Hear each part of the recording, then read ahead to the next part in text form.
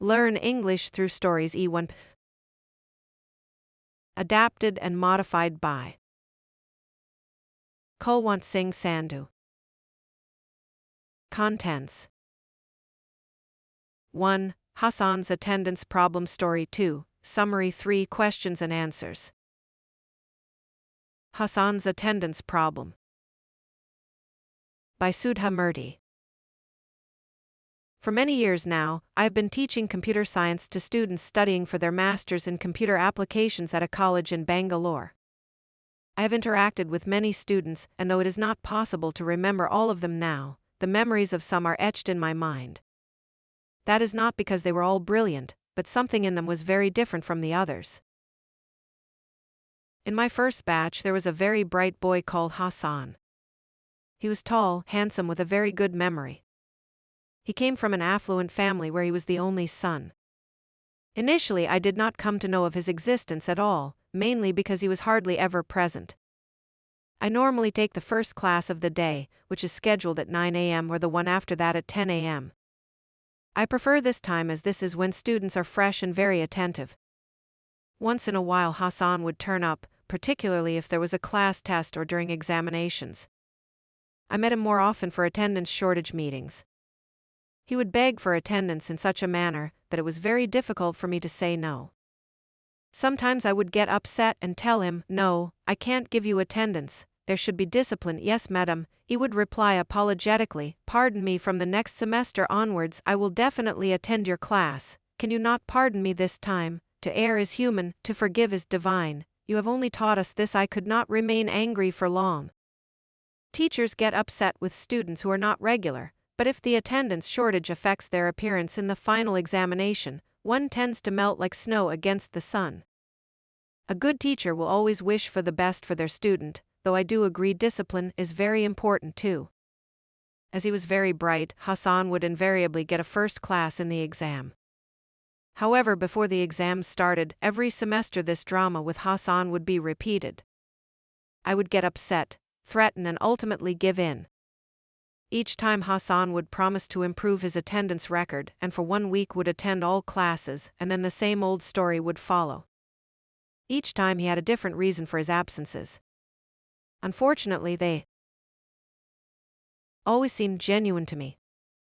Once I got tired of his stories and called his parents. "Your son is a bright boy, he is not arrogant, but he lacks discipline. If only he came to class regularly and attended the lab, I am sure he can get a rank. I have failed to convince him. I will be happy if you could look into the matter more seriously, because this is going to affect his life," I said to them. Hassan's father was busy and did not take my words very seriously. He said, "As long as he does well, that is fine with me, because children do not listen to their parents after a certain age, only life will teach them." But his mother was in tears. "Madam, I have failed as a mother. He does not listen to me at all. He spends all night listening to music and chatting with his friends. He sleeps at 6 in the morning. How can he come to any class? He does not pay any attention to what I say and tells me I repeat the same thing always." The meeting ended in an argument between his parents. His father said, "You are the mother. It is your duty to correct him. You spend more time with him. I am so busy. You have failed." His mother said, "You are the father. It is difficult to control boys. You can speak to him man to man. Earning money is not the only thing in life." This continued for a while, and the meeting ended fruitlessly. Hassan continued in his ways till he passed out of his course as usual in first class. He was a nice boy. He came and thanked me. "Madam, thank you for teaching me for the last 3 years. Because of your kind heart, I could get all my attendance. I wish all teachers were like you in the college." I laughed. God willing, we will meet again, but I did not meet Hassan for a long time and forgot all about him. Years passed. I taught many students. Some of them became very good human beings, some became famous, some became rich, and some remained ordinary. As far as I was concerned, they were like my children. Some remember me still and send invitations to weddings, naming ceremonies, housewarmings, etc. If I am in town, I definitely try and attend, because for me their immense love is my strength. One Monday morning, my secretary told me a person wanting to sell the latest software in high school teaching wanted to meet me. I was extremely busy, and the piles of unanswered letters were looking at me accusingly.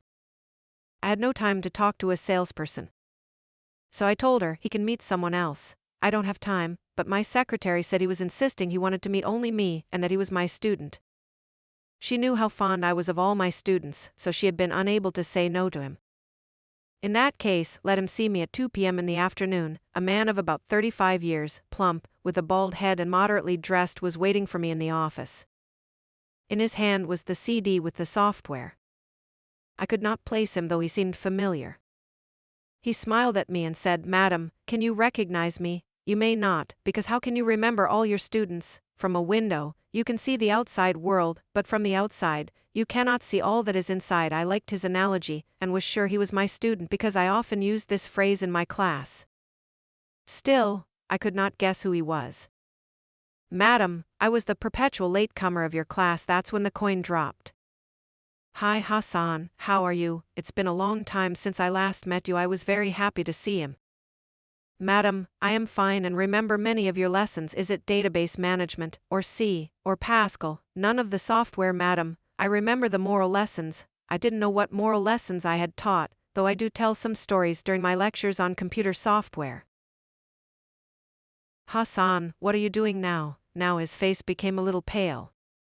"Madam, I am selling this software, which is useful in teaching maths, physics and chemistry. It is of help to both teachers and students. I know your foundation helps a lot in education at the high school level. I thought it may be of some interest to you." "Hassan, what did you do for so many years?" I knew all his classmates by this time were in very high positions in the software industry.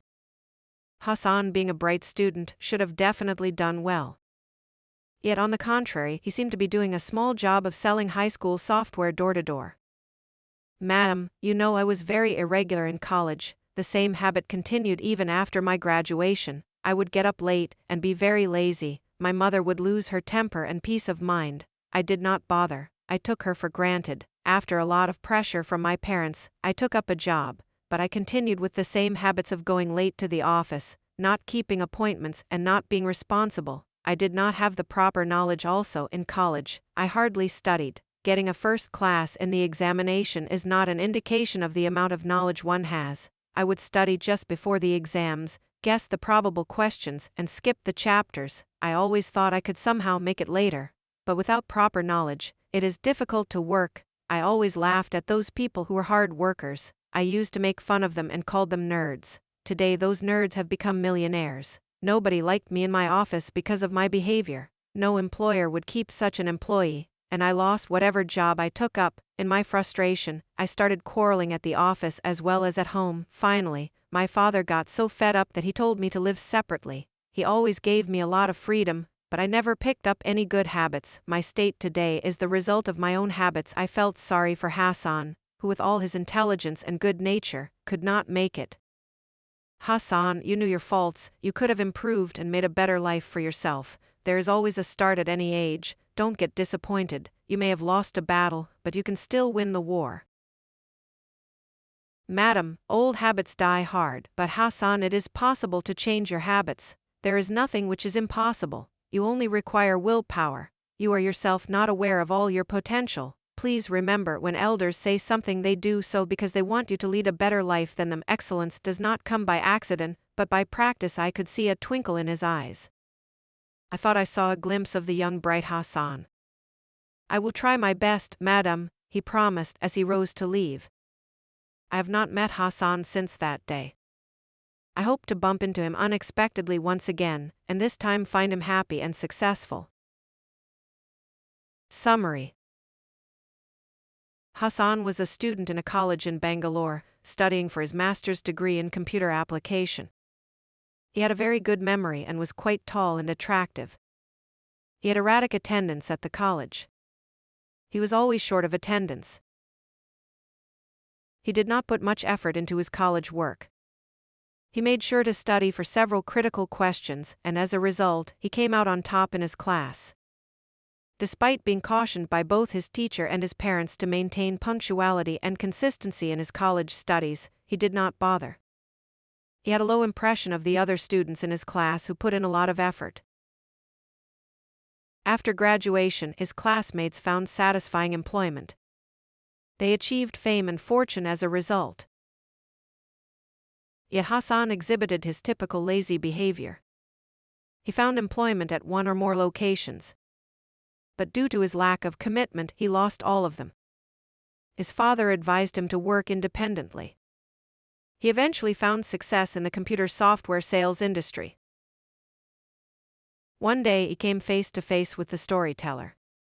She was taken aback to see him working in such a menial capacity. She counseled him to overcome his slothfulness, put in long hours of effort, and strive for advancement in his career. He gave his word that he would take her counsel and work towards becoming a more upstanding citizen. The purpose of education is to prepare people for life, equipping them with the knowledge and skills to contribute to a thriving society. If the students are achieving high grades in exams without actually understanding the subject they study, they may have a very good short-term memory. Something is wrong with the examination system. Exams ought not to be just testing students' capacity to remember facts. Questions and answers. 1. What was the narrator's profession? Answer. The narrator served as a computer science teacher at a college in Bangalore. 2. Why was Hassan not noticed by the teacher in the class? Answer. Hassan was rarely present in the class, so the teacher did not notice him. 3. Why would the narrator give attendance to Hassan every time? Answer. He would beg to be there in such a way that the narrator could not say no.